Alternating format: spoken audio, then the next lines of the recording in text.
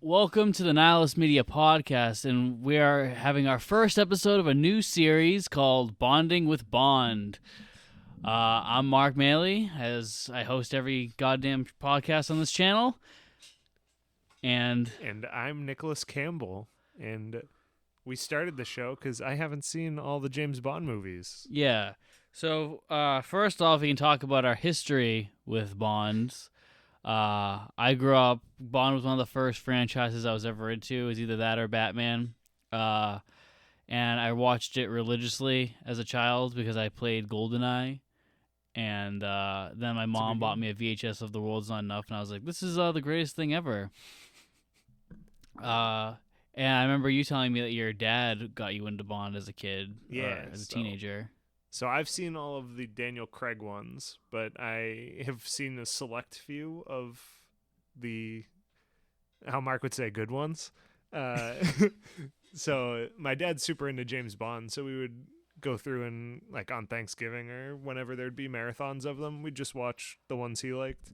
So I don't remember this one, Dr. No, but I definitely liked it. Yeah. To clarify, I wouldn't say the Daniel Craig ones are inherently bad. I would say that they are just inherently flawed 99% of the time outside of Casino Royale. I think Skyfall, as much as I love it, is a very flawed movie in that it's ripping off another movie almost page for page. We'll talk about that one. It's in like 25 weeks. Yeah. In a year. So obviously Nick's favorite Bond is Daniel Craig. Yeah, Is this your first exposure to Connery as Bond? Yeah, I don't remember any of the Connery ones at all, but I don't know how to explain it, but in his later years I wasn't a huge fan of him. But I really liked him in this. I thought it was like perfect for the role, actually.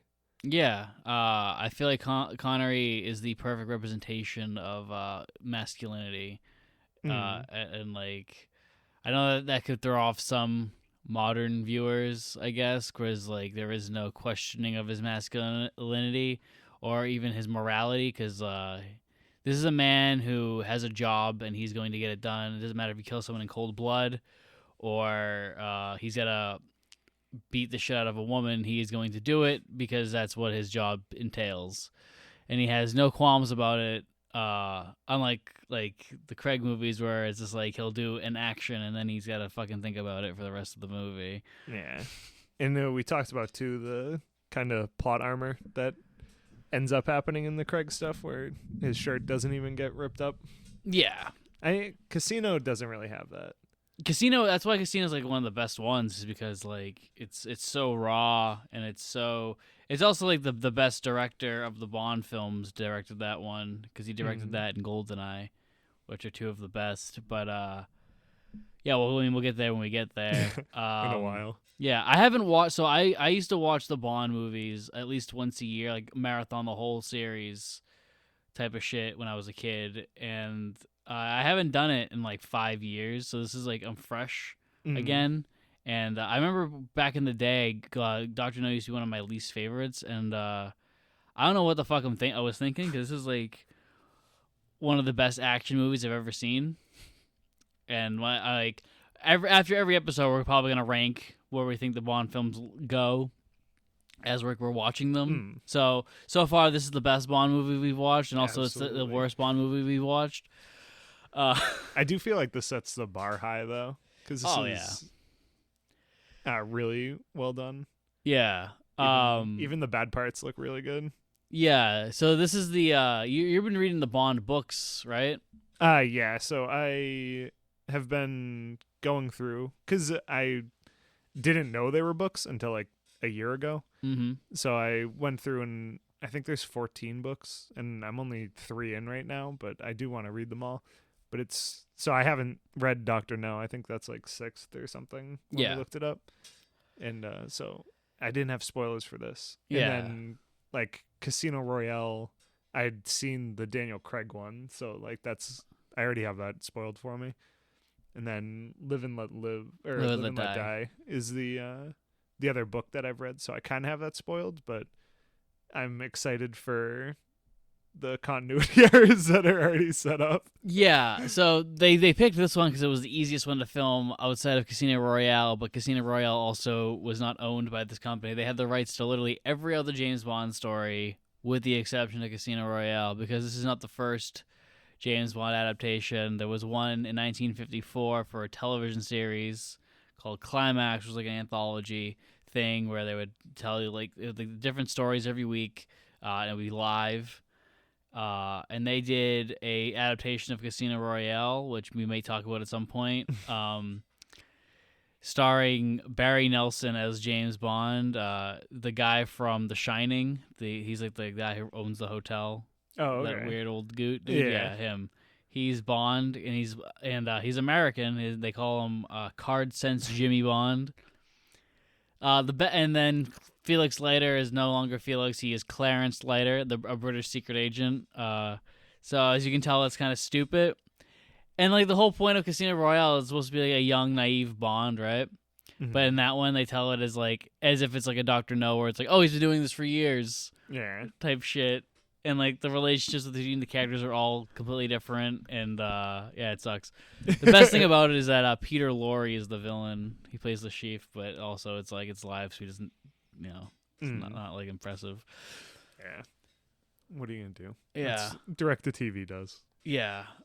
This one is incredible though, because like the direction from Terrence Young is amazing, and the way that they introduce Bond is the coolest fucking thing ever. Where you don't see him at all, like you only see the back of him, his hands, him playing cards. You hear his voice until you finally get to see him when he says Bond, James Bond, and it's the most iconic moment in film history. Yeah, and we actually have it playing in the background again just to keep us fresh. But I wasn't sure if it was going to be Bond or Dr. No that showed up, so I was actually kind of happily surprised it was Bond. Yeah. I love. So what are your thoughts on the gun barrel and all like seeing all these tropes that are gonna be beaten to the ground over the next 60 years? I thought it was pretty good. I know like the biggest trope is the song, and I actually really liked the song in this one. And I know you were telling me about it almost not being in the movie, which would have been tragic. Yeah, they didn't. So like a month before the film was gonna come out, they still didn't have a theme, and they were scrambling because the producers were like, "Well, I think Underneath the Mango Tree should just be the theme because we have it play all. They keep singing it and yada yada yada." And the editor was like, "No, that is the most inappropriate thing. If you open this fucking movie with Underneath the Mango Tree, it's gonna be fucking garbage." And especially later in the movie when it comes up again and then Bond's like singing it. If it was the theme song, I don't know what I would have done. Yeah. And so they came up with this Bond theme, and then the editor loved it so much and the director loved it so much that they put it in literally every other scene in this one. They switched up the instruments for some of them, which I thought was a welcome little change. Yeah. So do you want to recount the plot for people? I don't know if I can. It's just so much went on. And it doesn't help watching it right now. But so going from the poker game, so when we open up with Strangways getting killed. Yeah, and that's what I was gonna ask what his name was. I thought the plot with him was pretty good, just for the super quick stuff, and then referring to it again later. Yeah, but I liked him. I thought the death with the three blind mice guys was pretty cool. Them being introed with the Three Blind Mice song, I thought was on the edge of too campy for me, but it was, the visuals of it were pretty great. And then they're not even blind. I couldn't believe Spoiler. That. Yeah, those are our first Bond henchmen, and as far as Bondian henchmen go, they're iconic to look at, like an iconic look, but I don't really think they do anything cool enough. They don't kill Bond once, and then they die. Yeah, they kill Strangway, and then they kill his secretary or whatever, And then, do they kill anybody else? They attempt to kill Bond 3 times, and they fail 3 times. Yeah. Well, are you counting the spider? Because that wasn't them. Yeah, it was. Oh, no, that was Dent. Yeah. Sorry. So well, maybe he gave that to them. Yeah. Do. We should have counted the fingerprints. Yeah. Because I didn't even think that was going to be them. In my head, it was Dent. Yeah. Yeah.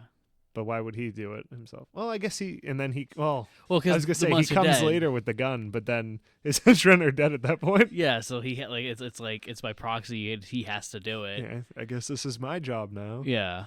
But yeah, they go to shoot him when he's getting out of the car, and another car goes by, and they're like, oh, missed a shot. Yeah. And then give up. And it was ample amount of time to kill him. Oh, yeah. But, whatever. I think the 3 Blanks are it's a cool idea. It's just not. I think that's one of the weaker elements of the movie is them, because it feels like when they were writing it, they were supposed to be the main henchman, and then they replaced him with Dent, and Dent is a much more interesting character because of it.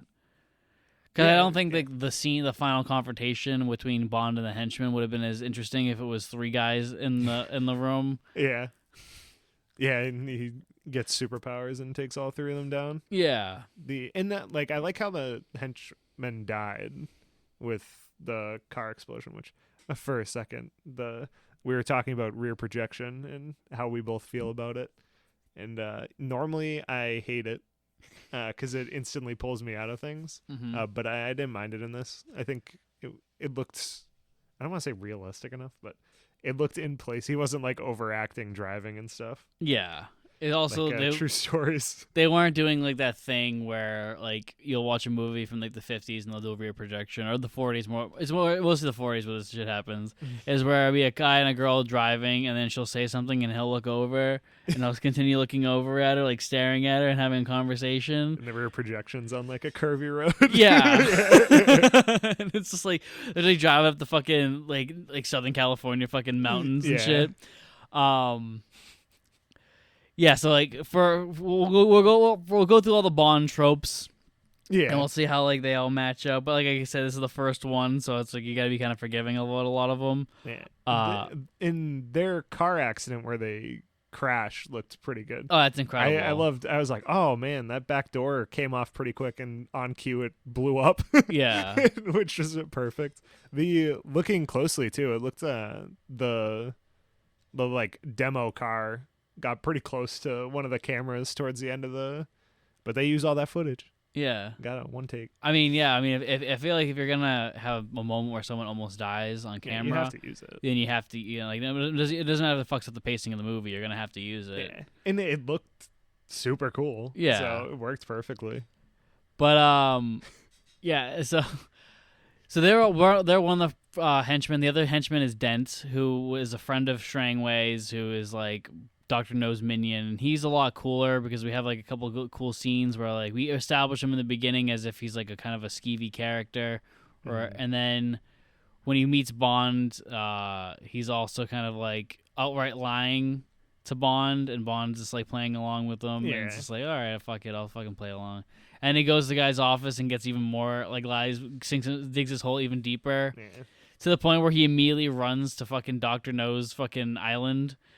And Dr. No's dude, we have had one rule, and it's do not come here during the day. He's I know, but Bond's he's I know, still don't come here, you fucking idiot. Grab the spider and leave. Yeah, take this weaponized spider. And then he does that. He fails, and then again. Then he goes to kill Bond again at this woman's house. And he shoots. Bond puts a pillow under the blanket, so he shoots it 6 times, and then he goes in to go check and see if Bond's dead, and Bond's just sitting there and kills him. And I think that's the best scene in the movie, honestly. Yeah, you just like that he was playing solitaire. It's just all the little things of that. It's just it's the fact that Bond he sits there and he's all right, now we're gonna play the waiting game. He puts the sniper on the gun. I mean the silencer on the gun. Then he knocks over the stuff, puts on some cars. He just starts playing solitaire, waiting for his moment. Here's the guy walk in, he grabs the guy and he stares at him. He's sitting in the dark by himself, probably for an hour. Yeah. And then the guy walks in, shoots the thing, and then he fucking says, "Drop the gun, hands behind you, yada yada yada." And then he starts talking. Bond puts the gun down. And he just keeps talking because he has counted the bullets. So he knows that this guy's out. So it doesn't matter what he does now. And he's just playing it so casually while the other guy is like sweating and like trying to move the gun slowly over. And it creates a lot of suspense. And he grabs the gun and then like he pulls the trigger. And Bond's just like, you've had your six, and just cold blood just kills him. Yeah, it's amazing. Is it cold blood if he just tried to shoot you but was out of ammo? Yeah. Because it's cold-blooded in the fact that, like, the guy was helpless and defenseless. Yeah. So I give him a pass on that one. Yeah, he's definitely the best of the henchmen. And we also have Miss Taro, the yellow-face secretary. Yeah, there's multiple cases of yellowface in this movie, and I don't really understand why any of them were important, but... it's because the 60s were a really wild time. Yeah. A time where there was very little morale, like morals. Yeah, I actually think she's better than Three by Mice as well. Yeah. Because she has a lot of character, and I love like her parents' moment where she's like, when Bond shows up to her house and she's like, what are you doing here? And he's like, you invited me and you're naked, so let's start making out. Yeah. As you gotta. Yeah. There's also another hench person that I forget the name of, but she's like a photographer. I was gonna say on screen she just popped up, and I was like, was she working for Dr. No, or is she actually working for a magazine? And it's weird that I forgot, because she has one of my favorite moments in there where we just saw it, where she takes a photo of Bond, he blocks her, and she looks at it, and she like takes the ball and licks it. It's just like, it's so cool. It's so gross and impractical, but like it's so stupid Bond moment that I love it. And then she uses the bulb later as a weapon, which was, I thought, kind of cool. I liked it. To cut Quarrel's face, and then Quarrel just no-sells it. That's the thing I like about this movie, is it's like how like testosterone it is, where it's just like, these are men. Yeah. These are fucking no nonsense, probably like fought in like a war. Yeah. When Quarrel gets like stabbed in the face and he's like, ha! Want me to break her arm? Yeah. It's a good delivery of the line too. Yeah. So yeah, those are the henchmen. We also have, the MI6 regulars. We have Moneypenny, who is played by Lois Maxwell, and she'll be Moneypenny until the mid-'80s. Okay. She's going to be here till View to a Kill. So does M change at all? Or? M changes after when he dies in 1970. He dies in 1981. Okay. But from now into Moonraker, he is M. Bernard Lee. He's a great British character actor. He was in The Third Man. I don't know if you've ever seen that, but it's a great movie. Yeah, he's a really good character actor in Britain through like the World War II era and post. Yeah, he's a fantastic M, and he's like the best M outside of Judi Dench. Yeah, as I say, I really like Judi Dench. Yeah. Again, you're gonna hear me liking a lot of Daniel Craig era actors, because that's a Pierce Brosnan person. Oh, she came in during the Pierce era. Yeah, I think it's unfair though, because like Judi Dench is given away like a lot more to work with than Bernard Lee is. Bernard Lee is, I'm the exposition. I have to give you your mission. I gotta tell you that you're an asshole. Give me your gun. Yeah, and then you're not gonna see the rest of the film. Where Judi Dench is just like, this movie's about me now, because I'm one of the greatest actresses to ever live. I'm gonna be half of Skyfall. Yeah, it's gonna revolve around me. I'm this movie's Harvey Dent. So I love Bernard Lee, and he of the four M's, he's my second favorite. He's definitely better than Ralph Fiennes, and then there's like Robert Brown in the 80s, and Robert Brown is like the most unimpressionable M of the series. He just leaves no fucking impression. I always forget about him, to be honest. Who is he? Who's his Bond? He's M for Roger Moore and Timothy Dalton. Bernard Lee is M for Sean Connery, George Lazenby, and Roger Moore. Okay. So he has the most Bonds under his belt. We also have Major Boothroyd, who will evolve into Q, played by someone who I don't remember the name of. I'm gonna look it up real quick. Yeah, I did, even though there's really no gadgets in this one, I did I liked the "Give me your gun's dumb. Here's an actual good gun." Yeah. Even though I like Beretta, but Yeah, it's also interesting because the Beretta does hold more bullets than the PPK does, right? I think a PPK only holds like 7, and a Beretta I don't know off the top 10? of my head. He complained about the accuracy and then I think M said it like misfired on Bond, and that's when he was like decommed for 6 months, and he's like, no, never again. Yeah, so I like the fact that they're giving continuity to this. The only issue is that the continuity that they're doing, the gun jamming thing, literally happens in the next movie. So it's like, well, now his PPK's fucking backing up. So what's the deal here, Em? It's played by Peter Burton, and it's his only performance as Q. He will never return. Yeah, good 5 seconds on camera. Yeah. Cause that's the thing is like not all the tropes are here yet. Like it really takes until Goldfinger where it's just like, all right, this is the formula, and we're just gonna copy and paste this literally every time from here on out. Here it feels more of like a real espionage thriller spy thing, which is probably why I enjoyed it so much. Which we'll get into like some of the scenes that like I really like in a bit. But what are the regulars? Oh yeah, for other people we have as allies. We have Felix Lighter, played by Jack Lord, who is my personal favorite. Felix Lighter, because he's just like such a American dick. And those sunglasses. Yeah, he just screams like 1960s, late 50s, like CIA cool guy. Yeah. You know? And I love Quirrell. Quirrell's like a really good comic relief. Like, I forgot about Quirrell from the books, so it was like a happy addition to this for me. I think it was well acted too. Yeah, like I feel like this one is just like a perfectly cast movie outside of the villain, in my opinion. Oh, you don't like Dr. No's acting? No, I don't. Because it's Yellowface, or because he's both? Yeah. I don't think the thing is I could have excused the Yellowface in the 60s if the performance was good enough, but it's not. Yeah, that makes sense. You know, like he was giving like a Brando level performance. I'm like, okay, fuck it. Yeah. But he didn't. No. Yeah, it's pretty. It's middle of the road. Yeah, so Dr. No is our first Bondian villain, and I think his character story is interesting. I think like the idea of the metal hands is a very interesting visual, but I think the performance is just it's what you see.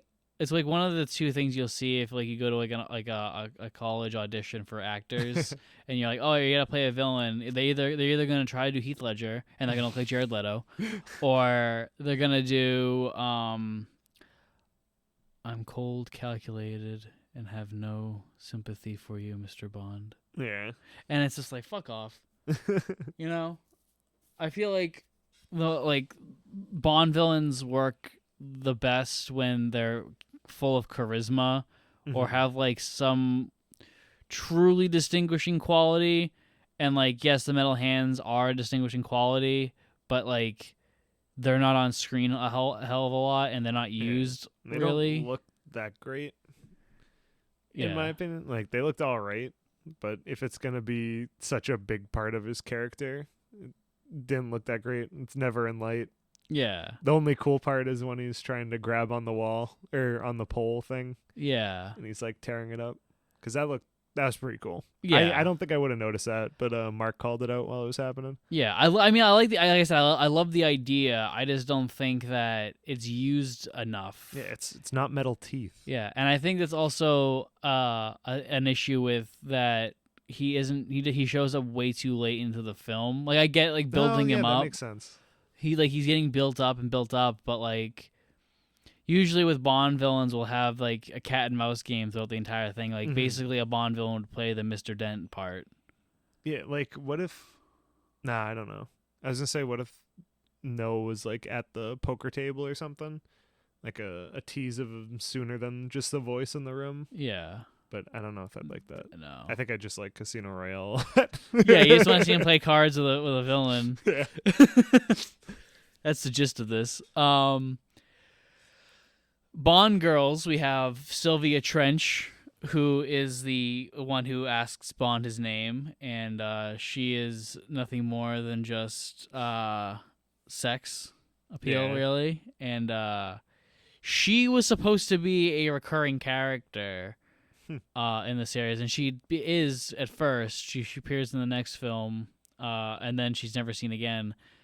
They were supposed to have her just be Bond's like girlfriend, which I think would have been a cool thing to do. I don't know, that I feel like that would have made the like the sex parts of these movies worse for me.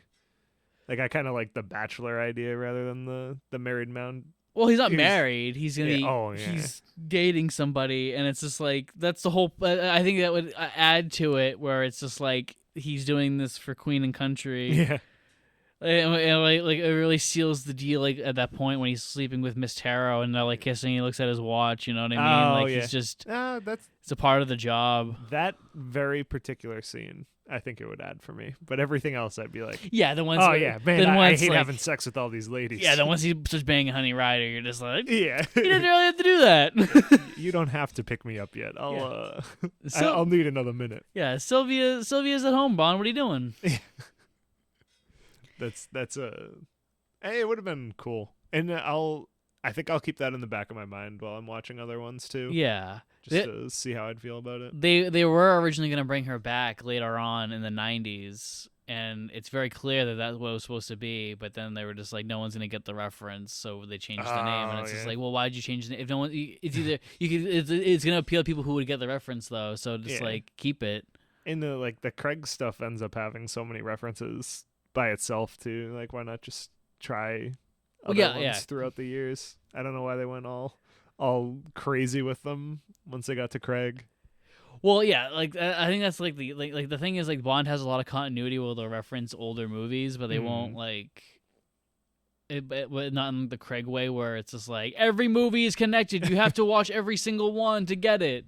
Yeah, we'll get to that a lot too. Yeah, it's just like goddamn, man, it's in fucking almost like 20 years. You're still fucking beatable Casino Royale. Goddamn. Yeah. It's just like it'd be like watching like I don't know, like a Timothy Dalton fucking Bond movie. And he's just like, sometimes I think about Honey Rider. Yeah, it's like no, you don't. Oh, we're gonna think about Honey Rider forever. Yeah. So Honey Rider's our main Bond girl, and our first like iconic Bond girl. What are your thoughts? I thought she was really good. There was one scene where it's not the radiation bath, but I guess they're just like bathing at a waterfall or something. And for this one scene, they take her bathing suit top off and just have her in a white see-through shirt. And I was like, nice. And then the next scene, she has it on. I was like, why did you do that? Like, just let her keep the top on. I don't understand. Yeah, or just commit to it. Yeah. Keep it off or keep it on. Yeah, because then in the radiation shower, nobody's naked. Yeah. Disappointing. Yeah. Well, Nick just really wants to see Sean Connery's dong. Yeah. There's got to be equalism. This will probably come up many times in us watching movies. Yeah. I mean, I can only think of like one instance where I can think of nudity in a Bond movie, and it happens. Well, you got to keep it accessible too. Yeah. They don't want that R. Yeah, the hard. I mean, I would love a hard R James Bond movie. It would be so sick. Yeah. There was actually almost a hard R James Bond movie. Directed by Quentin Tarantino. Oh my god! He really wanted to do Casino Royale, and they were like, "No." And he's like, "Why? Why can't I do it? Why can't I do it?" And they're like, "Because you want Bond to say the N-word." And he's like, "Because that's what he would do. He's a man in the '60s. He'd do it, I'm Quentin Tarantino." There's a lot of that in the books. Is there? Yeah. I've never read any of the Bond books. They're pretty good. I wouldn't say they're different enough from what I've seen. Like Casino Royale, I wasn't like blown away by how different they were. But Live and Let Die, I don't remember the movie, so I thought the book was really good. So the movie, have you ever seen the movie Shaft? The 70s blaxploitation flick? No. Well, it's that mixed with Batman 66. Okay. Tonally. Ooh. So Yeah, by the 70s, this Bond is gone. Mm-hmm. This like really cool detective, Yeah. badass fucking brute of a man is replaced by Adam West. Yeah. Gets almost too campy. This Almost this too was so campy. good. It gets campy. Mm-hmm. Yeah. Every time we talk about like the bad years of Bond, obviously I don't know a lot of them, but I can just picture a certain James Bond surfing on a wave. Oh, are you thinking of Die Another Day? Yeah. Yeah. Which is bizarre because like that movie comes after a streak of just like bangers, in my opinion. I feel like from like Living Daylights to World's Not Enough is like phenomenal. So you have like a 4-film streak or a 5-film streak, and then Die Another Day just is like an enigma. Yeah. It couldn't be too good for too long. Yeah. That's what happens. But yeah. So I don't know. So like yeah, the plot is basically this guy gets killed, Strangways. So they send in Bond because like Strangways is like known to be working with like nuclear stuff. Mm-hmm. So they need Bond to go investigate, and they're like, well, 2 files were stolen, Dr. No and Crab Key. So probably know who fucking did it. Yeah, the best henchman. Yeah, and they also killed a girl in broad daylight. And the other thing is, like, they don't know Strangways is dead. They just like Strangways disappeared, but like they shot a girl in broad daylight in a place, and like they left her blood there. Yeah, They could have taken the carpet. Yeah, that really wouldn't have been hard. So then the whole idea, the whole story that they were trying to say of, oh well, you know, he ran away with the girl, would have been plausible. Yeah. But that wouldn't have been the worst idea either. They left the carpet. Yeah. A carpet that like nobody knew was even there until like they saw blood on it.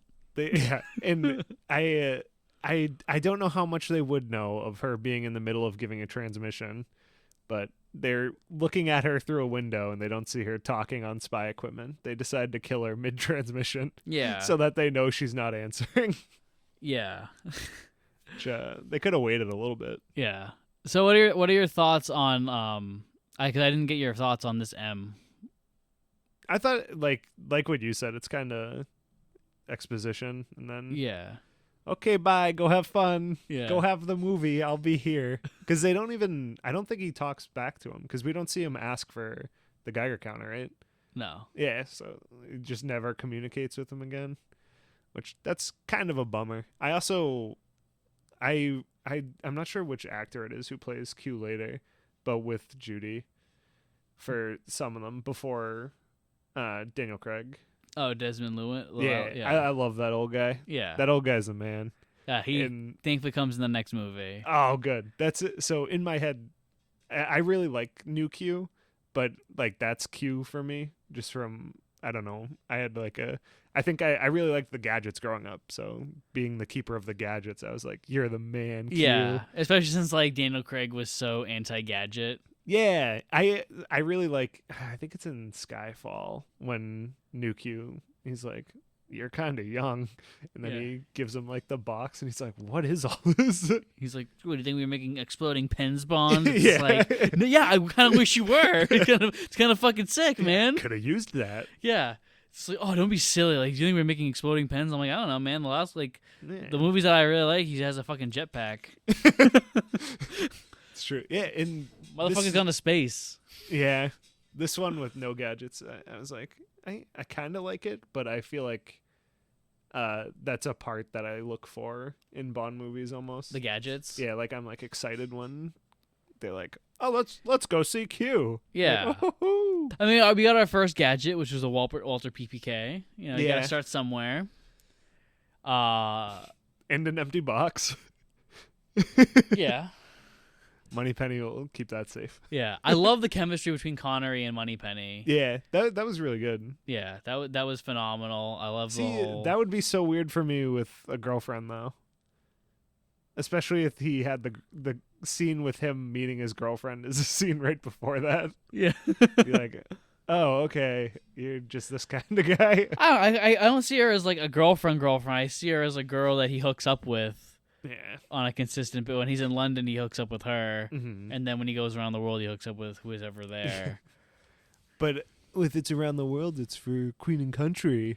It is. Where's his girlfriend fall in it? His girlfriend is at home. Yeah. I got work wife, home wife, and then world traveling wives. Connery's Bond, like, even if he had a girlfriend, like, they're staying in separate apartments. They're not, she ain't sleeping in his bed with him. Yeah. This is not a man who's getting married. He can't be locked down. Yeah, she can consider herself his girlfriend, but like he considers her Tuesday in a way. Tuesday and Thursday. Yeah. Like, come on, it's Bond's not supposed to be a good guy. Yeah. See, that's how I like him best. I like him when he's not a good dude. I like him when he's like kind of an asshole and he's kind of just like this cold-hearted assassin brute who's just like his entire brain is just programmed to fucking kill and protect his country. He's just like, and it's just like, because then when you have the moments where he diverges, it really feels like something. That's why that makes sense. So like when he finally like meets a girl that like you're like, oh wait, he actually cares for this person like a lot. It's just like it has more impact, and rather than like the jovial Bond who like cares about everybody, and he's just like I feel like the girlfriend too thing. The thing also is like in like Casino when I forget that Bond girl's name. Vesper Lynn. Yeah, like they kidnap her and he's like, oh my god. It's but everybody knows he has this girlfriend at home that nobody ever tries to mess with. Yeah, they like just take his current worldwide one. Well, like in the continuity of this, it's like that would have happened. That would have already happened. Yeah, that's a good point. And then he would have met that girl. Yeah, I guess that makes sense. I mean, continuity is just all over the place with these. Yeah. R.I.P. Coral. Yeah, rest in peace, Coral. Yeah, Coral dying was so dumb. I felt so bad for him. No, I think it was a necessary thing. I think he could have gone down more heroically rather than just sitting in a bush, taking shots at a dragon. I think the issue is like I think it's a necessary death, but I think it would have meant more if Live and Let Die happened first, like it was in the books, because then you would have had this guy of. And then like you see him again, and then he dies, and then it's just like, oh man, our buddy died. But now it's just like, but regardless, he needed to go in this one because you need to set those stakes, because like nobody in Bond's circle has died other than like Strangway. Yeah, and even then, it wasn't like him before, I was just saying we're just introduced to him too. He has less time than Coral. Yeah, so when we're on Dr. No's island, we needed to have it just be Bond and Honey for a bit. So we need to set up that there's real like tangible danger on this island. You have to kill Coral or Felix, but Felix isn't there. Yeah. So and you're not gonna kill the girl. Yeah, because they have to bang in the end. Yeah, he has to. He's got to save her. You have to have the happy ending. Like Bond movies have to have the happy ending. Yeah. Or people lose their fucking mind. Yeah. I'm trying to think of other stuff. So we were talking about set design too. I liked basically every set that was in this movie. Oh yeah, Ken Adams' sets are incredible. He's probably the greatest set designer of all time. Right now in the film we're looking at the dome of Dr. No's lair, and it's one of the coolest fucking things ever. Just because it's so simplistic. It's just one chair, a door, gray walls, and a fucking dome. Giant grate. Yeah, that you can shine a light through, and it just creates a nice atmosphere. His sets are just really great at creating scope and atmosphere, and like almost and like elegance. Like even like the hotel rooms look like. Yeah, I really like the hotel rooms. Yeah, even I'll call it a hotel room that they're put in. They didn't make a reservation. They're sent there, but I like that one. It's more of a like the Dr. Asian No's theme type. Yeah. Because Dr. No's Asian, kind of. Yeah, he's half Asian. The actor isn't, but the character is. Yeah. Yeah. I don't get it, but different Yeah. times. Yeah.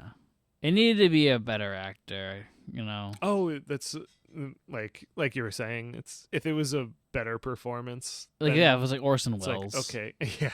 Imagine Orson Welles. That'd be insane with the little metal hands. It would have been great. It would have been perfect. Because imagine like those scenes where it's just his voice. Yeah, Man's got a voice. This scene would have been so good. Yeah. Even I'm trying to think because there's a couple other times. Oh, when he like comes in the bedroom when Bond is asleep, he's like plays with his hair with his metal hands. Yeah. I mean, the only an actor I always thought about, like when I was a teenager, I was like, oh man, they should have got this guy instead. I would have liked Toshiro Mifune, who did like all the Kurosawa movies. He did the Seven Samurai. Yeah, see, casts an Asian person for an Asian role, which is also problematic, probably because he's a Japanese actor, not a Chinese actor. Yeah. Oh, is Doctor? Oh, okay. Dr. I do remember him saying that. Yeah, I just remembered him saying he was from the East. Yeah. So yeah, Bond goes to Jamaica, and he's ruffling feathers. He does not care about blending in. Like he blends in a bit. Like the first thing that happens is he gets off the plane and everybody's looking at him. Yeah. And he gets in a car with this guy, and first the guy's like, "Hey, I'm here to bring you to the thing. I'm your chauffeur." And he immediately goes and calls the place. He's like, "Did you send the car for me?" And they're like, "No." And he's I told you not to. And he's like, "Oh, because they were like, no, they were like, we didn't think you would want a public like reception." Yeah. He's like, "You're right. I'll be there in a bit." And then he gets in the car with a guy. Felix and Quarrel start chasing him down immediately because the CIA are a bunch of fucking idiots. And then they lose him, and then Bond immediately pulls a gun on the driver and then beats the shit out of him. Mm-hmm. Yeah. And then the guy poisons himself because he's so scared of Dr. No that he'd rather die than give up any information, which I think was fucking really good build up to Dr. No as like a threat. Yeah. It's interesting too because he's built up as such a threat, and then it's like, yeah, that's what I mean. You don't even seem really that mean. Yeah. I think like the way they could have done that to make him seem more threatening once you finally get to him is if he like, you take a page out of the Breaking Bad thing, you do the box cutter moment. I don't know if you know what I'm referring to. Yeah, you have spoilers, but yeah, I'll just say the box cutter moment for people who haven't watched Breaking Bad. Yeah, wasn't gonna say his name. Oh, Gus is a bad guy. All right, fuck it. Gus kills a guy with a fucking box cutter, but it's his own guy. Yeah, that's what they should have done with Dr. No. Is like during that dinner scene, he should have killed. Like when someone disagrees with me, he could have had a henchman at the table. He just grabs him and kills them. Yeah, just to show that he doesn't care about any human life. Oh, that would have been so. Because he uses like, he's like, I have metal hands, and then he like crushes this like stupid little trinket he had on his table. Yeah, he just like grabbed a dude and like broke his neck or something. Yeah, and you didn't have to show it. You could have just had him go grab the guy, and it's like when people disagree with me, you see him slowly pull his hand over there, and then you just cut the Bond's face and his reaction, and because he's been sitting there the whole time being very cocky, and then you see him just like look, like almost like break eye contact and put it to the cigarette in his mouth, and then look back up. Yeah. Just to show, like, this guy's hardcore. Yeah. We're in for some fucking. This guy's a fucking real psychopath. No, I like that. I like that a lot better, actually. Yeah. We're writing better movies. Oh no. I love this movie, but it is really good. Yeah, it's just also it's clearly something they just didn't think about, or they did think about, and the producers were like, yeah, we want people to see this movie, and they'll probably ban it if you do that. Yeah. I think the way you were talking about it with having it off screen and stuff almost would make it passable. Yeah. Like when because it's on screen right now, when he kills the spider, and thankfully I don't like animals dying in movies from these eras where they're like, animals don't matter. Yeah. We don't have to put a no animals were harmed thing. And they kill a spider off screen. I was like, yeah. Thank you. So I didn't want to watch that poor little guy get squished. Yeah. I love. Yeah. So like, yeah, because like this movie definitely takes a lot of inspiration from Alfred Hitchcock, specifically North by Northwest. I don't know if you've ever seen that film. It's another one that's in the pile of the Criterion stuff to watch. You should definitely watch it. It's a James Bond film in all intents and purposes, to the point where they wanted him to direct this movie. Oh, that's cool. And they wanted Cary Grant, who was the star of that movie, to play James Bond, but they also knew that if they got Cary Grant, he would do this one, but he wouldn't do the next one. So, and then they'd be back at square one where they have to recast the whole fucking thing all over again. Interesting fact is that Roger Moore was actually one of the early choices to play Bond. 11 years before they even casted him. Yeah. But he was busy doing a TV series in England. And I'm very glad that he was very busy. Yeah. Because, spoiler alert, I'm not a big Roger Moore fan. Yeah. Also, it's a pretty good Bond. Yeah. He's also just too, he's too handsome. He is too handsome. He doesn't have any, Sean Connery's a handsome man. Are you looking at the same Sean Connery I am? No, Sean Connery's a handsome man, but he's got a rugged handsomeness. Yeah. He's a handsome man who could kick your ass. Roger Moore is like a handsome man who's gonna fuck your mom. Oh my god. Does that make sense? Yeah, I see what you mean. Yeah. What a way to describe it. So I think Sean Connery has the perfect look for Bond because he just looks he's handsome, but he's also a little ugly. Mm-hmm. That's why I think, and this is from looking at pictures of all of them from the 50-year box set and stuff. I think George and Daniel are the rugged boys that still look handsome enough to play this international sex appeal god guy.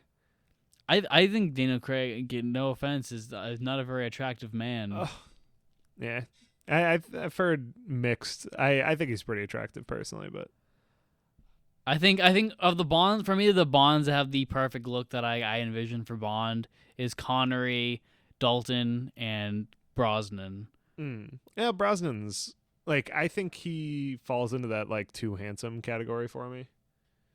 That's fair. I think that is a perfect way to describe them, is being no, you wouldn't be able to roll around in the mud with these crabs. I think it's because I've seen him do it. Whereas with Roger Moore, there was never a hair out of place. The man does not sweat. If there was a spider crawling on his shoulder, the man is not going to have a reaction to it. He's going to be that's bothersome. In this one, and then he'll pull his gadget and he'll shoot a laser off. Yeah. Where Connery is shitting his pants. Yeah. He's like, what the fuck is that? Some terrible lighting, but you can see him sweating, and it looks genuine too. He looks worried about this. I don't know daddy if long legs. I don't know if the lighting is bad or if they're doing day for night. Oh, that's definitely what it is. Yeah. There's so much day for night in this movie. It's got to be that, because he almost looks like he's in blackface. It is very dark. Yeah, that's actually one of the best scenes in the film too. Is that it's just it builds the tension so well, and then the payoff of the music and him hitting it and the bump bump bump bump, and there's the brutality of this because by this point we've seen Bond in just be keeping a calm and cool exterior the whole time. No matter the situation, he goes to the tiki bar and he gets Puss Fella and Quirrell hold him and they're gonna fucking kill this guy. And then he throws him off. He's like, all right, whatever. He backs up and then someone pulls a gun. He's still calm as fuck. Yeah. And he's even less I got my shoot tailored in London on Savile Row. And then that was a good way to do code too. Yeah, I liked that a lot. He's like, oh, mine's from Washington. Yeah. It's oh, it's Felix. Yeah. And then the first time we see Connery have a moment of true vulnerability is when the spider's on him and he's fucking scared shitless. That's a good point. It reminds me of, and it's obviously Spielberg definitely took this as inspiration when he did because the Indiana Jones movies are his Bond, because he always wanted to do a Bond movie. Oh, that's funny. Yeah. I like that they never let him. Yeah, because they had a rule against Americans directing Bond. Oh, really? Until the new one. That's interesting. Yeah. So, which is also why in Last Crusade, Indy's dad is Sean Connery. That makes sense. See, I don't really like Sean Connery in that role. I love him in that. It's my favorite Sean Connery performance. I'll have to rewatch it, but I think he looks good in the role, but I was like, eh. It has one of my favorite Sean Connery moments is when like he's in the plane with Indy and he's shooting and he shoots their own thing and he looks behind us. I hate to break it to you, son, but they got us. I'll have to rewatch those too, because maybe since it's Bond related, maybe after we get the main films, we'll watch those. Yeah, the dad's name's James. They call him James B. Yeah, I mean, who knows? But yeah, what else? Yeah, so like I think they definitely took the whole Indy is scared of snakes thing from like the moment where he's got the spider on him in this. Yeah, or at least that's what I assume. Do spiders come up again? No, Oh, I mean okay. I think I was wondering if it was going to be like a trope. I think they show up again in Live and Let Die. You know, and for a second I thought that they show up in Die Another Day, but no, those are scorpions. The scarier spiders. Yeah. There's a scorpion in Skyfall, maybe? Yeah. But it's like for a shot. It's not yeah. It's not weaponized. I mean, they mentioned scorpions in this movie. Because remember when Honey Ryder's like talking, like, you ever seen a scorpion get heat stroke and sting itself? Yeah. And it's just like interesting. But and crabs. So one thing that I think this movie does better than any of the Bond movies is the spy elements. Mm-hmm. One of my favorite scenes in the entire series is actually in this, is when he first enters the hotel and he plucks a piece of his hair off of his head and puts it on the door so that if it's not there later, he knows someone was in here. Mm-hmm.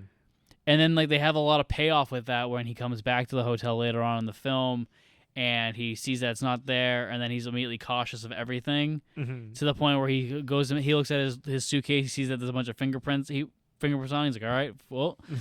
And then he goes and sits down, he's going to pour himself a drink, and he looks at the bottle, and then he puts the bottle down, and he opens the drawer and opens a new bottle. Mm-hmm. It's just like little things like that I feel like say so much about the character, and I think shows that Terrence Young knows the character better than most directors of the series. Yeah, the like espionage stuff I feel like falls away too much in the later ones, in the Craig ones, because I'm trying to think of, and I guess like they use more gadgets later on, and that's a good use of no gadgets. And he's like, oh, I'll do these like primitive ways to see if anybody came in here, versus they're like, oh, there's thermal prints in your room, somebody was in here. Yeah. I really like it. I feel like that makes the character more cool to me. It's like, oh, he's still doing, and him taking the other bottle of vodka out of the desk, I love that. I was like, I like that he has another one ready too. Yeah. Like, I got my drink and my backup one just in case this one gets poisoned. Yeah, they definitely, Connery's era definitely leans in the fact that Bond is an alcoholic. I think that's like what you were saying there, is you were saying it makes Bond more cool, and I think that's something that's been like lost to time in like modern day Bond is like, you know, as much as I love Casino Royale and Skyfall and spoiler, No Time to Die, Daniel Craig's not cool. I think he's pretty cool, but I know what you're saying, because like Connery is cool. Connery is like this really cool, badass man. Like he is the epitome of a male fantasy, where Daniel Craig's Bond is a man. Yeah, well, like I think one thing, and it's no fault of this movie, but I think the driving in Craig stuff I enjoy more because it feels more real. Probably because it's not rear projected, but like I don't know, that it rubs me the right way. I'm like, oh, I also really like cars. Yeah, I mean that's a really weird, like, distinction like, of like what's cool, what's not cool. But dude, cars are cool. They like him driving this one. I'm like, it's all right, but I feel like the drive, like especially in the trailers, the driving parts are like all I remember from the Craig trailers is usually him on some sort of motorcycle. Yeah, I mean Connery's driving stuff gets better. As the budget grows, but I think it's definitely a budgetary thing. The one who has the coolest chases, in my opinion, which we'll get to, is Brosnan. Brosnan also has like the best cars. I don't know. I just like the way that like the '90s look. Yeah, Fucking cool. Nah, I don't blame you. But yeah, I don't know. So Bond ends up like so Bond, in the film Bond, like I said, he was in Jamaica. He meets Coral. He has like that like, are you on my side thing, and they are. He keeps interrogating Dent. Doesn't work out, so he goes to Miss Taro, and bangs the shit out of her, and then he sends her to prison. Yeah. Like immediately after. No, and that's weird, because that's the one where he's checking his watch too. Yeah. It's like, oh, I gotta do this one. And then he's like, you're caught. Well, because he's got to wait for the time. Oh, yeah, I guess the car does have to arrive. Yeah. And also, before he got to there, he killed the 3 blind mice in a car chase, which was great. And we had our great Bond moment of, I think they're on their way to a funeral. Yeah. Which, is something that will get abused later on with the dry humor. Yeah, and sometimes it's a little rough from what I remember too. Yeah, I think Connery pulls it off really well. Yeah, that didn't pull me out of it. I wasn't like, ugh. I was that was an alright one. I think here's the thing with it, and I know I'm keep comparing like him and Moore and like why one works and why I think that one doesn't. I think the reason why Connery works with his dry humor in this, where it's just like he's saying a lot of fucked up shit, is like I said, is because like they are portraying him as an asshole. Mm-hmm. They are portraying him as like a fucking cold-hearted secret agent guy with a license to kill. So I think and like who would beat a woman, who would fucking who would kill someone in cold blood, no matter what he has to do, he's gonna do it. So I think you buy that dry humor more.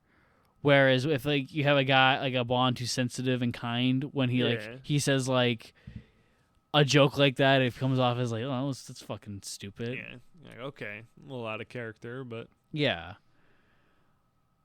It's like if you're watching like a Tim Burton Batman movie and Batman told the joke. Yeah. You don't want Michael Keaton saying a joke. Stop it. Yeah. Yeah, so he once that happens, he kills Dent, and then him and Coral go to the Crab Key. Coral's scared shitless because he thinks there's a dragon there. Mm-hmm. A little weird. There is a dragon though. Yeah. Oh, we forgot to talk about the other scene that we really like, the one in the restaurant with him with Coral, Felix, and Bond and the girl. Mm-hmm. So she takes a picture of Bond and the crew, and then she starts walking away, and Coral immediately gets up and just like grabs her by the arm, almost fucking breaks her arm. Yeah. And he brings her over the table, not letting go of that arm. Yeah. Captain wants to see you. And she's like lying through her teeth, and Bond's calling her out on all of her shit because he's heard this a billion times in his life. Yeah. And she ends up breaking her bulb for her camera and scratches Coral. He has no reaction to it. He just wipes, looks at the blood. He's like, "What, should I break her arm?" Yeah. And Bond says, "Another time," rips the film out and fucking sends her on her way. Yeah. The delivery of "Should I break her arm" is so good too. Yeah. Coral, the actor who played Coral, is really good. I liked him a lot, especially in the beginning when like you don't know who he is yet. Yeah, I love that line he says where he's like, "Oh yeah, I really like guys who know people." It's like, yeah, okay, guy, leave me alone. Yeah. Boat doesn't leave today. Yeah. Oh, another scene I forgot to talk about that I loved was after he gets the mission from M, and he's like, "You're leaving immediately." And he goes home and he notices like a light's on in his house. Mm-hmm. So he takes his shoes off, so he makes as little noise as possible, which is such a great fucking detail. And he goes in there and it's Sylvia, and she's wearing his like shirt and playing golf. Yeah, and he doesn't blow her away. Yeah.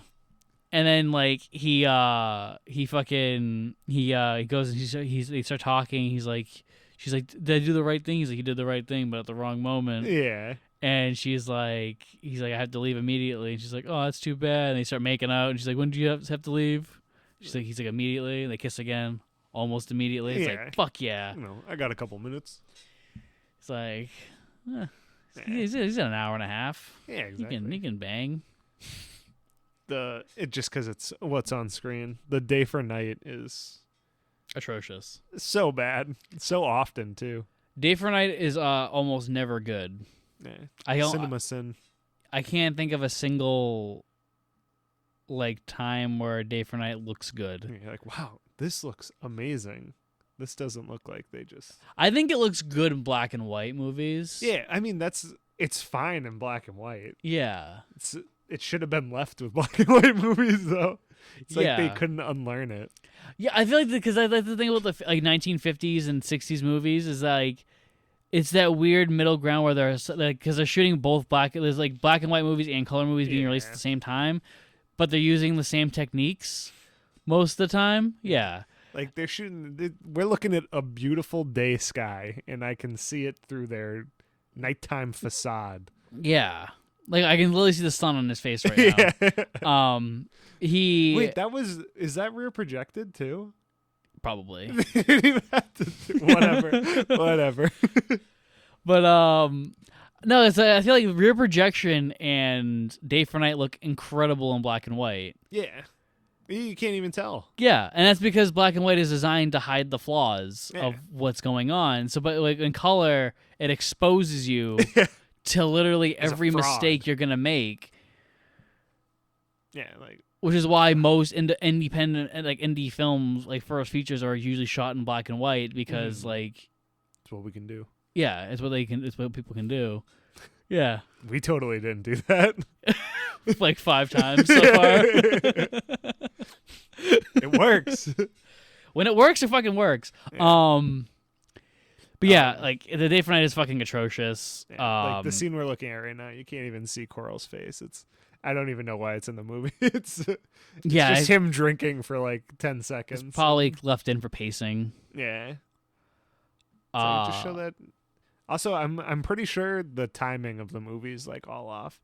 Because sometimes they talk about like we have this many hours till midnight, and it's like full daytime, and then 2 seconds later it's Day for Night again. Yeah, it's a little all over the place, but it works. Doesn't matter. Yeah, it's not something you're consciously thinking about the whole time. And now we're looking at like the scene, the shot in the film, Ursula Andress coming out of the water, which is just like it's so simplistic and so like iconic. And it's just funny because they've tried recreating it so many times and they've never been able to pull it off. Like they do it in like Die Another Day where there's like 7 like shots of Halle Berry coming out of the water and it's done in slow motion. It's like so I've seen Halle Berry in that scene. Yeah, and I was like, okay. Yeah, with this one it's like, oh, that's the most beautiful girl I've ever seen. It looks good too. It's a beautiful beach too. Yeah, and then like, and they also do it in Casino Royale when Craig comes out of the water. Yeah, and then but they also do it. I love that. They do it very similar to this, and that's why it works because you just see Craig and he's just like a fucking brick of a man, and he just has like his bulge like about to pop out of his like tiniest of shorts. And Clooney looks really good in this scene too. Like I like the blue on blue. Oh yeah, it's just like the scenes on Crab Key have such a nice like warm like color palette, and it's just like it's really relaxing, and then like which is like so good because it's so disarming. So when like the boat comes and they start blowing they start shooting at the beach, it's like oh shit, what the fuck? Yeah, because you feel like you're Bond. Yeah, and also on Crab Key using the reeds as air holes. Yeah, breathing apparatus. Yeah.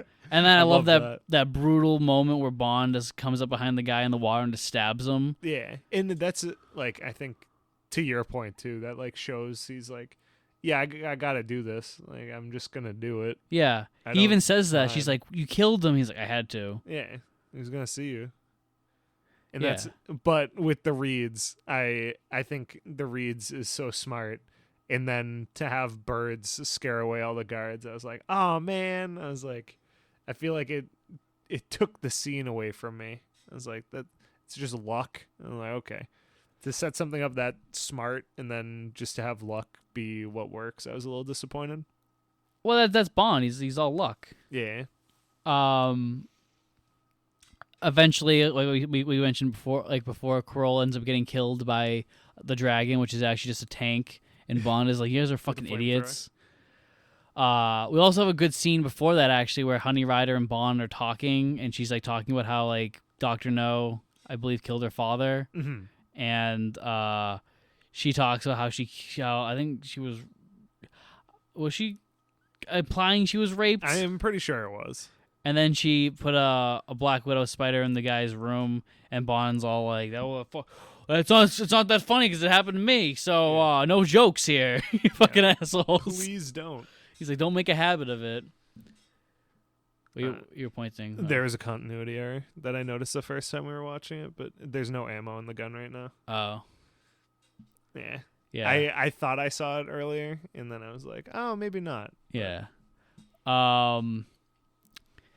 Yeah, so anyway, they end up getting captured by Dr. No, and there's a part that Nick took a great offense to, is that they arrest Bond, and Bond looks over at his dead friend, and they said, "Yeah, sorry we can bring any flowers," and they shoot at Bond's feet, and Nick's like, "They wouldn't do that." I was like, that's just mean. Yeah. I don't think all henchmen are bad. There's actually a joke about that in Austin Powers. Where, you've seen Austin Powers? I don't remember the scene, but I've seen them. So, well, it was deleted. It's usually shown on TV though. So you know the part when he's on the roller thing and like he squishes, like he flattens the guy. Mm-hmm. So there was a deleted. Just refuses to get out of the way. He's like, "Stop!" Yeah. So like they in like the original cut and on the TV cut, they cut away to like a suburban family, and the kid comes home from school, and she's like, "What? Oh no!" And she's like, Jerry got killed by a flattening thing." And she's like, "But Mom, Jerry's been like a father to me ever since Dad died." And then they hug, and he's like crying. He's like, "They just don't think about henchmen's families." Yeah, it's true. Maybe I have seen that scene, and I was so young it put that impression on me. Yeah. I like to think that I would be confused by a bad guy and end up a henchman. and then something bad would happen. I go, "Are we the baddies?" Yeah. So what you're saying is you're very susceptible to a cult. Yeah. Yeah. If anybody's recruiting. Yeah. So Scientologists, if you're listening, Tom Cruise. I can't afford that. Tom Cruise, if you're listening, Nick Campbell is interested. His interest is piqued. I'll be there. Yeah. Just tell me we're doing the right thing. Yeah, Nick was distraught when the Death Star blew up. He's like, "There's probably some innocent people on there." You know how many people are on there? Yeah, they couldn't all be bad. Too many. Yeah, it's probably some stormtroopers' families. Impossible. Yeah, maybe it was bring your kid to work day. Then would the rebels be the bad guys? That whole movie. I hate to go on a side tangent. To Star Wars. Yeah. Something that always bothered me about Star Wars is like, and only the Death Star that's bothered me is the fact that like the Death Star is the size of a planet. So how the fuck does like Darth Vader just happen to be on the side that the heroes landed on? Yeah, and also like they had enough resources to build it and then build it again. Yeah, immediately after. And also like they just like Luke just so happened to be on the side of the planet that Leia was on. Yeah, like come on. Like if you're gonna have, I don't think I believe this. Yeah, if you're gonna have a hostage, like a hostage like that, wouldn't you put them in like the middle of like this planet? Maybe a couple doors between you. Yeah, I don't know. No, I'm with you. Yeah. What I'm saying is Star Wars sucks. Only hot takes here. Yeah. The Mark also told me about the dubbing in this movie. Oh yeah. Really didn't know. I was trying to pick out who had it. Yeah. And what's Ryder? Honey Ryder and Sylvia Trench. The Sylvia Trench one, I don't understand why they did it. Maybe it's because they were trying to see if they could pull it off. Because I've heard her undubbed voice and it sounds way hotter. Honey Ryder, I get it because Ursula Andress is, I believe, Swedish.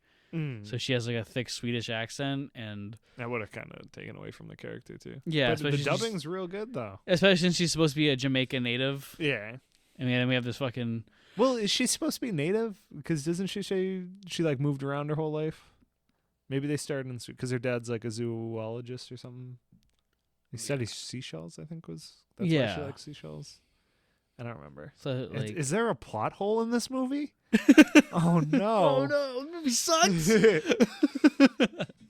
But I think the dubbing was really well done because I really couldn't tell with her, and I think the voice matched what I would imagine her voice to sound like too. Yeah. Then so then they get captured, they get unradiated, then they get drugged. It's coffee. He trusts the coffee. Why did he trust the coffee, Mark? Because he was hungry and he was hungry. He's a little so razzled. He drank the coffee. He's also under all radiation, man. It fucks with your mind. That's true, yeah. It's a different Bond now. Yeah. All right. You know, that's why he turns into a different man like 6 movies in. The and then he comes back. Caught up, yeah. And then he comes back. And it was a lot of radiation. Yeah. That's why it looks like George Lazenby. And then we see Mr. No's hand for the first time, I think, when Bond's passed out. Yeah. He puts his hair behind his ear and kisses him goodnight. And then we go to dinner. Well, first we have to show Honey Rider naked. Yeah. But we're not seeing back, which is scandalous. Yeah. For the 60s, goddamn, it's enough to get you put in jail. We then cut to them having dinner with No, and it's awesome. It's one of the best scenes in the film. Not only this is the nice little Easter egg of the stolen painting that Dr. No just happens to have. He's the one who stole it, which is just funny. Yeah, I thought that was cool. I really like little hidden details like that in movies. Just you just think he was looking at a painting, and then you're like, oh hey, that painting still hasn't been found, and somebody stole it 40 years ago. Yeah. Well, now it's been blown up in Dr. No's lair. Yeah. So no one's ever gonna find it. I love the dialogue. Like I said, I have a lot of issues with Dr. No's performance, but I love the dialogue in it with with Dr. No just kind of wanting to be. He also introduced the idea of Spectre, which is exciting. It's mentioned in the books, but I did not know it was in the movies before the Craig ones, so that was kind of cool to hear. I was like, oh, it's the main thing for the entirety of the Connery era. I think there's only one movie that Connery does where it's not mentioned. That's cool. I like that. I think it's cool to have every villain is lemon in your movie. Yeah. Just, have a super smart group that only the best bad guys can be in, and they're all buddy. Yeah. Well, after this one, they all want to rule the world. After this one, they start building up Blofeld, and he's in 2 movies before you even see his face, and then he's the main villain of the next 3. All right, I like that. I'm looking forward to that. Yeah. Next Monday. Yeah. Next Monday on from fucking Bond with Love. Bonding with Bond. Yeah. Bond with Love. Bonding with Love. The Bondage Podcast.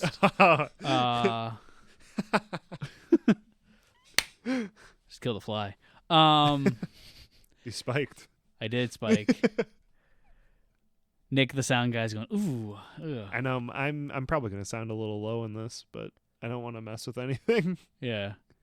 No, you're fine. All right, good. You're the top one. Yeah.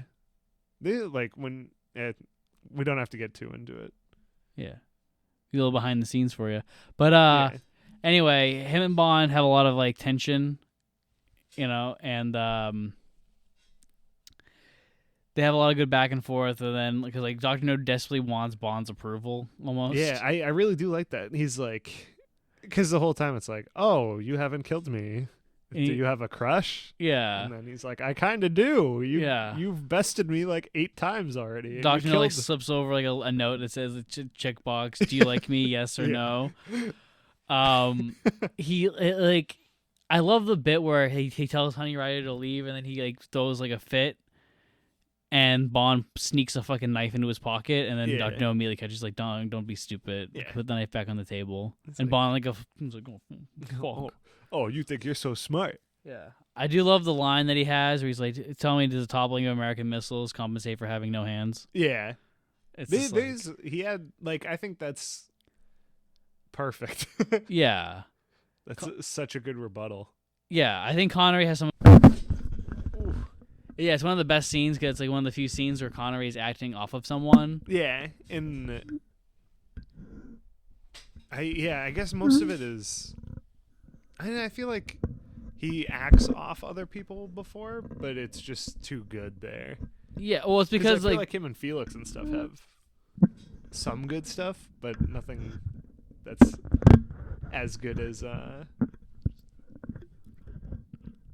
Yeah, I mean, like him and Felix have some good chemistry. I think like him and Jack Lord have the best chemistry of the Connery Felix stuff, and I desperately wished that Jack Lord played Felix in the rest of the Connery films because he's so good as Felix, and I think the rest of them suck.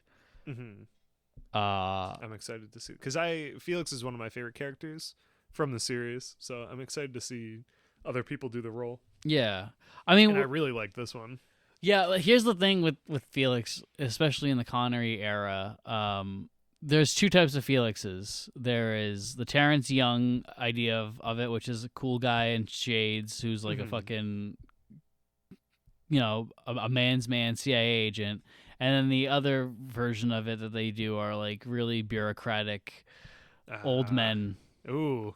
So like Felix goes from being like a 30-something-year-old man, like cool guy here, to being like a fucking 50-year-old man in his next appearance, back to being this again, and then back to being a fucking curmudgeon old man. I don't know.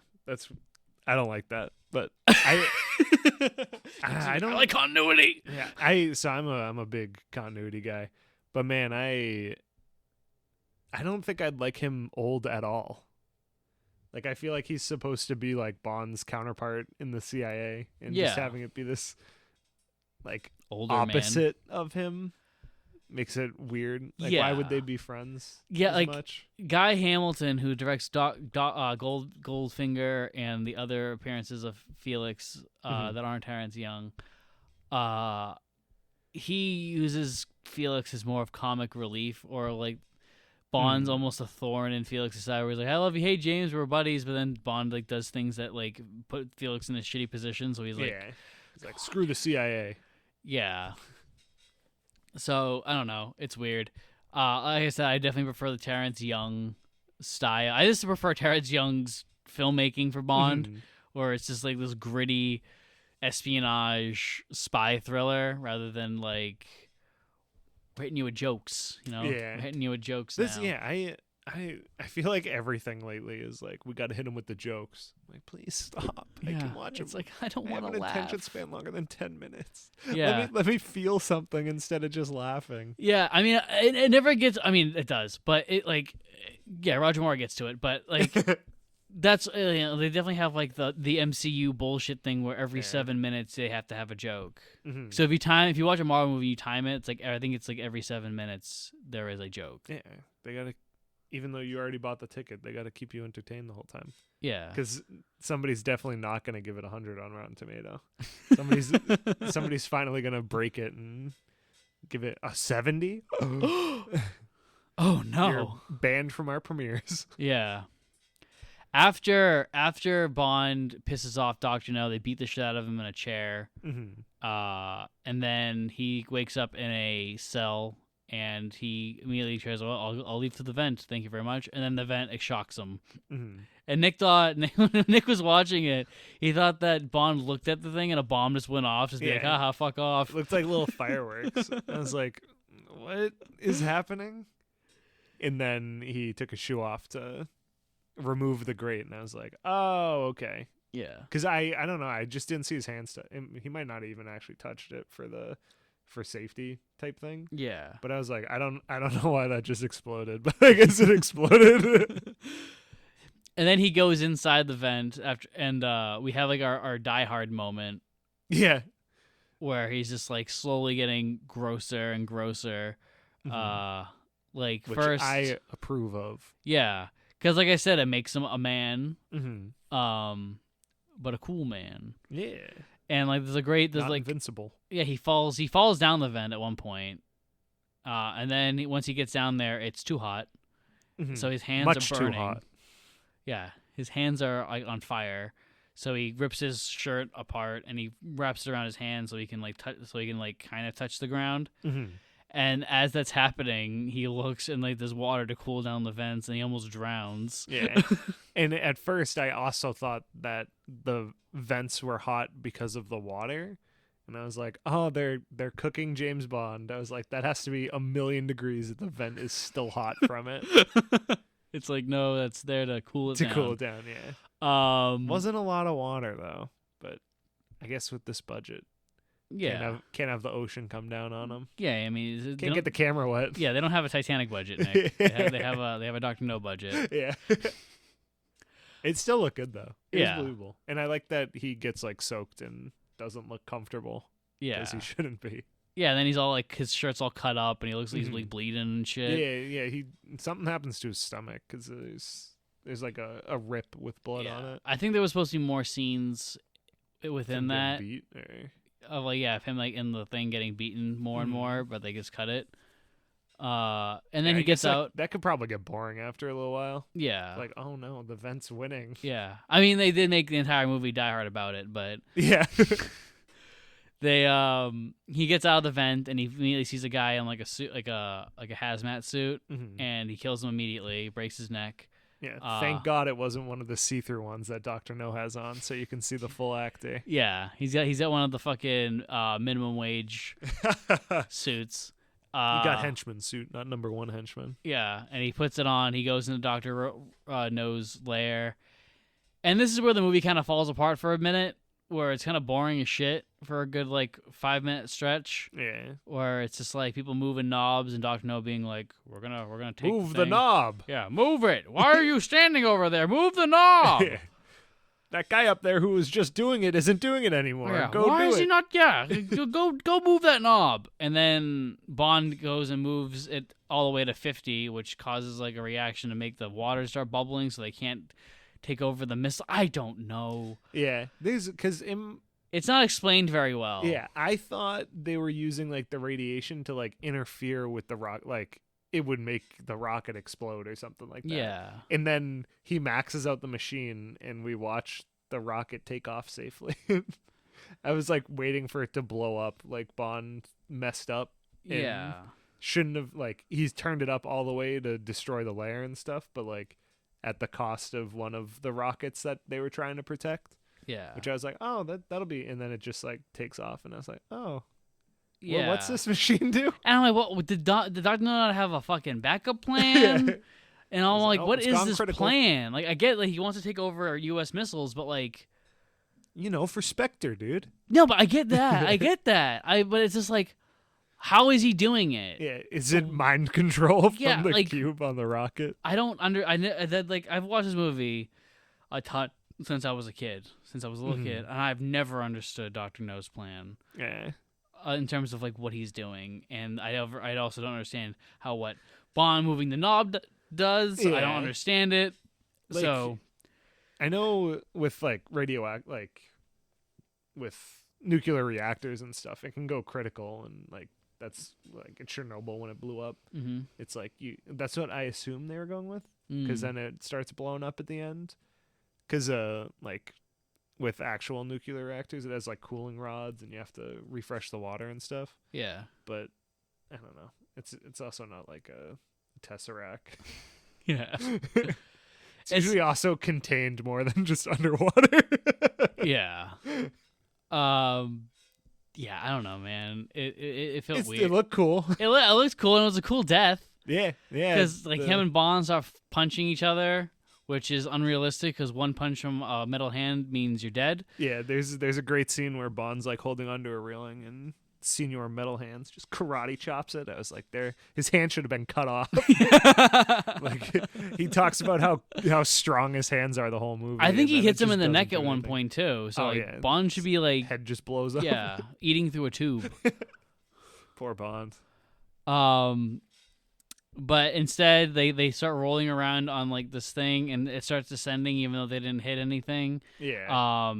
And they start wrestling, and somehow Bond gets the upper hand, even though Dr. No has metal hands and is holding him down.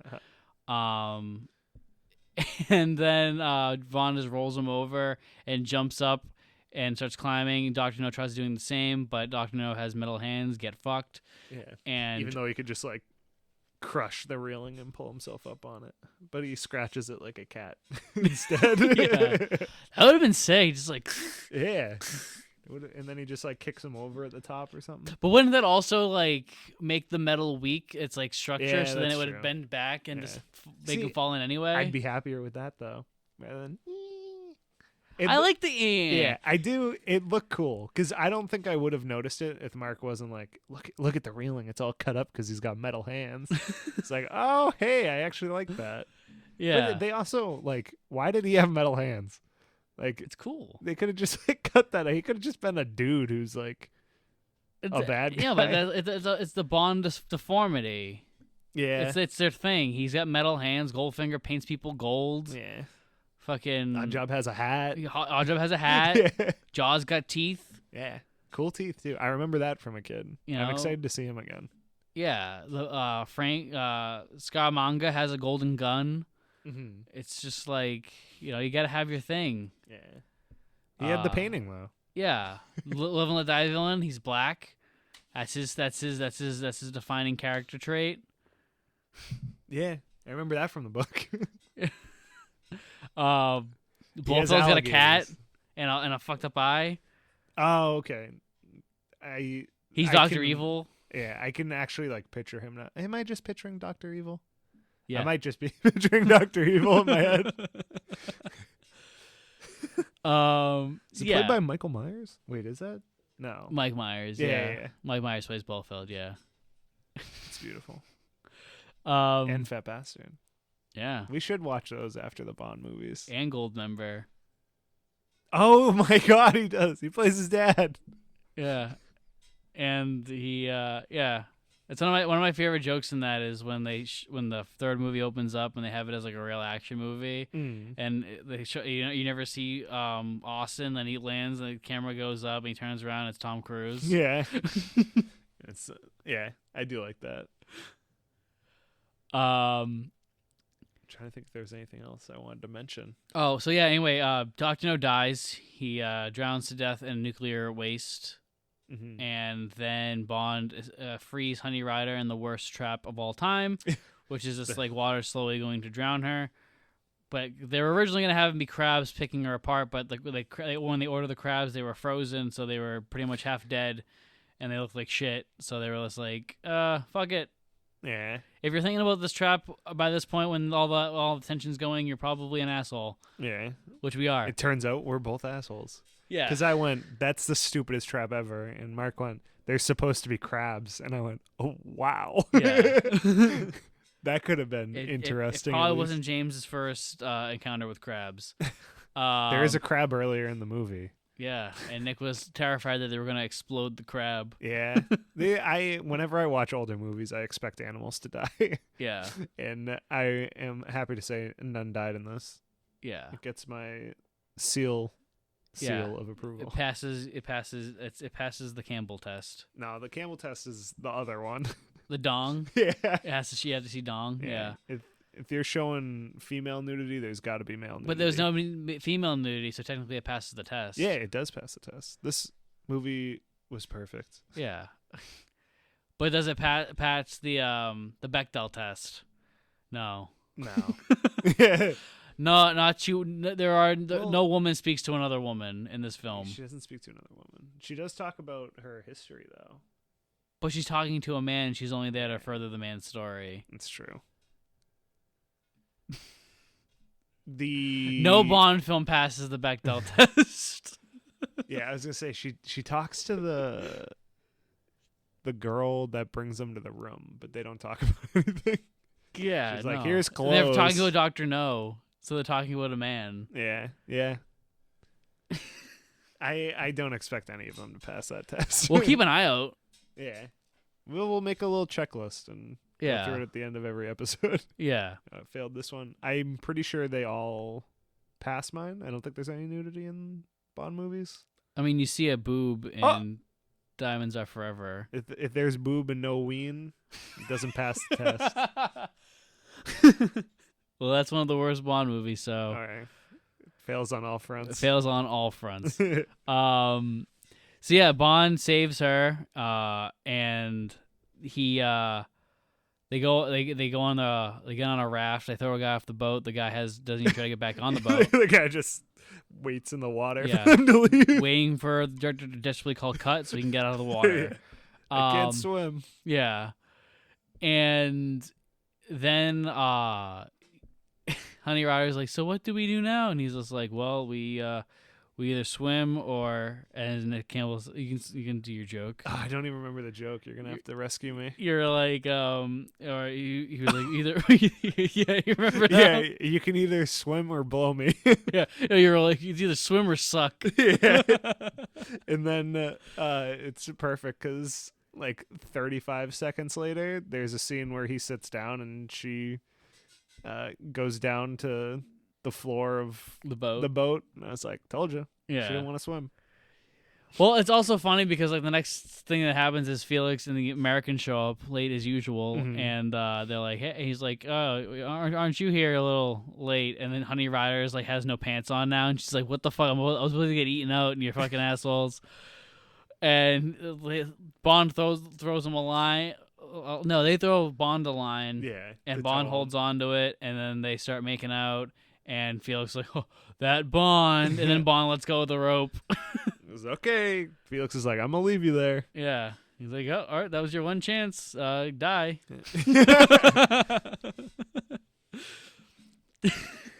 I wonder, like, how the fuck did he get out of there? I don't know. Yeah, swim. Let the boat be free. Yeah, go back to its people. I liked it overall though. This was, of the one we've watched, this is definitely my favorite one. Yeah, it's also definitely the worst one we've watched. Yes, I'll give it the halfway point too. Yeah. It's definitely the best Bond film we've watched and the worst Bond film we've watched. Mm-hmm. So far, you still prefer Craig to Connery? I don't know. I think in a couple movies I might like him more, but what is it, 5 Craig movies? I think 4 or 5? I think he's done 5. And Connery's done yeah, 6. I forgot about Quantum of Solace. On purpose too. Yeah. I feel like it's just like I've grown up with him, so that actor for the character is so embedded. But this was really good. I think this could undo that for me. Yeah, and he smokes. He does smoke. Yeah, another thing I don't like when actors like are clearly smokers and don't smoke. Like James Bond would clearly be somebody who smokes cigarettes. And I'm guessing Craig doesn't want to smoke cigarettes. Or I mean, they might be trying to get rid of cigarettes being so cool, but cigarettes are so cool. They are, especially like a poker game. Yeah, like, come on, you gotta. It's actually something I was thinking about. Is like I think Quentin Tarantino is right.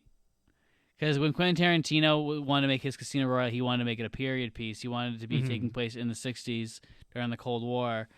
Do you think that the character of James Bond just works better within the 60s? Not that it doesn't work now, but like aesthetically, like it's just the time period fits that idea of a character more. Yeah, and like even so, obviously Craig is like modern day, like 2010s.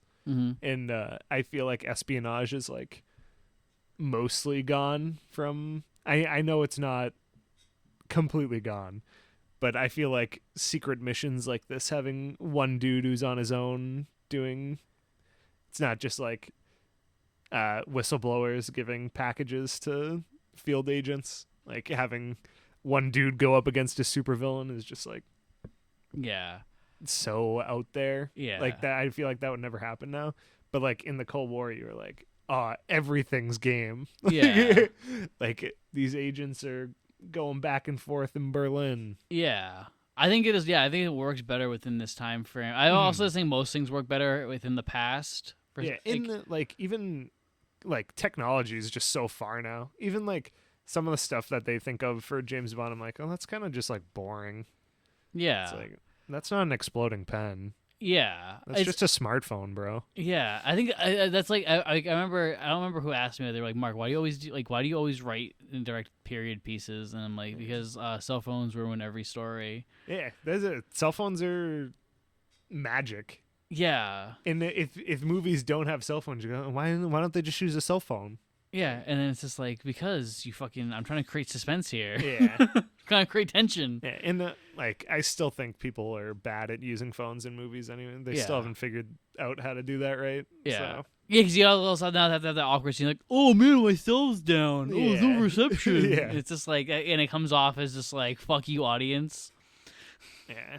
It's like, we know. Like, yeah, I don't know. But yeah, all in all, fantastic first entry for a fucking franchise. I can't believe the first one was this good. I guess it makes sense because they made so many afterwards, but this one is way better than I expected it. Yeah. Especially since, like I said, like the last time I watched it, I was just like, eh. But now, like, on a rewatch, I'm like, this kept me engaged completely the entire time. And it's shot incredibly. I think the cinematography is amazing. The editing from Peter Hunt, who will later go on to direct debatably the greatest James Bond movie ever made, is phenomenal and clearly shows that he is the man who understands Bond better than anybody else. Yeah, I think that's gonna do it for this episode. Do you have anything else you want to talk about? Your favorite scenes for whatever? Oh no, our talk about this movie has almost been as long as the movie. Right now, how these podcasts go. In the runtime of the movie, he is now in the cooling pipes with cloth around his hands. There's I don't even 20 minutes left, maybe. Me and Colin, when we did Batman '89, we went 10 minutes over the movie. Yeah. When we did Joker, we went a whole hour over the movie. But this is good. I think having the movie on while we're talking about it is nice because it kind of refreshes me. Yeah. Because I haven't seen it 1,000 times. It's nice to be like, oh, I remember this part. I liked it a lot. Yeah. Or, oh no, it's day for night again. Yeah. So that's gonna. You have anything? I was gonna say all good. That's gonna wrap it up for this episode. Tune in every Tuesday. Yeah, it's coming out tomorrow. Yeah, Tuesday. Now it's locked in that it's coming out on Tuesday. Yep. Every Tuesday we're gonna do another Bond movie until we're out, and then we'll figure out what the format will be post that. We got time. We got time. We have at least a year. So tune in every Tuesday. Be sure to watch the Nihilist Media films that we got going. We have a trailer for Colin Russo's new film, Man with the Third Eye. We also got a new horror short, Behind the Door, directed by me. And we also have other podcasts on Monday Night War every Monday, and 296 with me and Tyler White playing old school N64 games every Wednesday. And sometimes you have Batty for Batman when me and Colin feel like it on Thursdays. So be sure to subscribe to the Nihilist Media Podcast, and be sure to subscribe to the Nihilist Media Films channel, and we'll see you next Tuesday. See ya.